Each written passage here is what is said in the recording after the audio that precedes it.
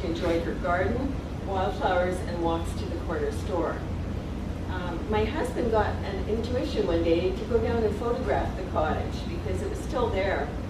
And a week later, they mowed it down and got rid of it. The owner decided it was too dilapidated. So we do have pictures in the book of the cottage, which is no longer there. But he didn't even know that was coming up. We just had the sense he had to go down and take some photos of it. At this period of her life, interested seekers of all ages and walks of life who heard of her by word of mouth or through her writings began to visit. Some who arrived became her learners and received instruction in the simple communion practice she had developed. It was totally free of the blood atonement theology. You have to believe Jesus died for your sins in order to be saved. She didn't believe that. So she lifted it out of that and saw it as a universal taking of food, ingesting food into the body that symbolizes spirit.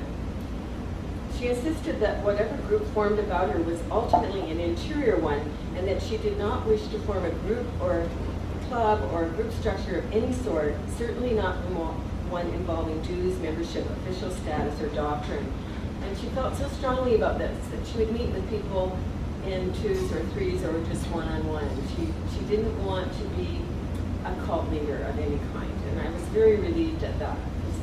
You know, you have to think about that when you get really enchanted with someone who's has spiritual authority. Olga continued living alone at the cottage until 1978, when at the age of 87 she moved to Vancouver due to frail health after breaking her ankle.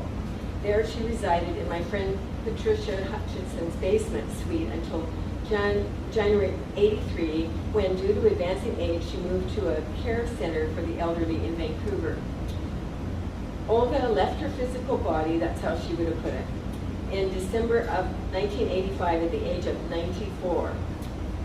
Her son Robert died a few years later. She is survived by her two grandchildren, Jim Park, with whom I'm in contact, we're good friends, and who totally approved of this book and came to the launch, and Valerie Tickell, her granddaughter, as well as Valerie's son Brian, Olga's great-grandson.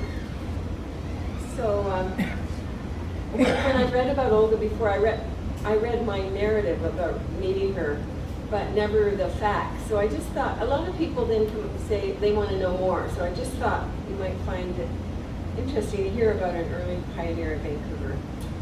So now I'm going to not set up the poems a lot, so I won't do so much talking, but just focus on the poems with maybe a word of context.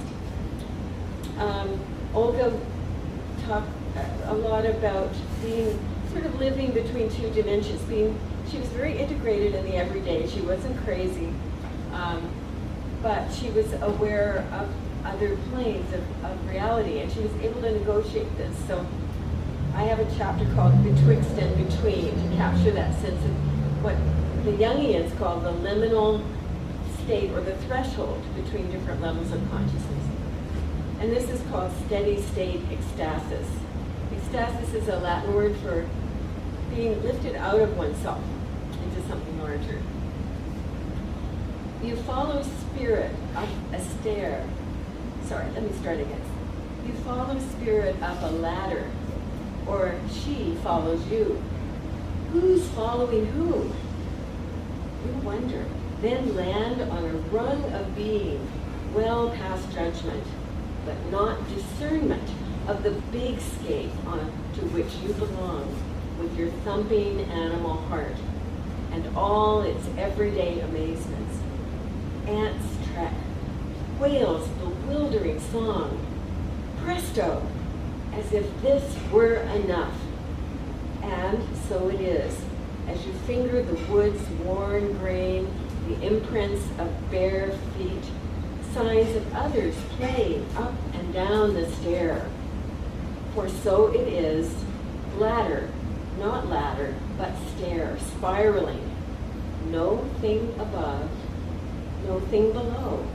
Only this intertwining rest into action, this mystery betwixt and between.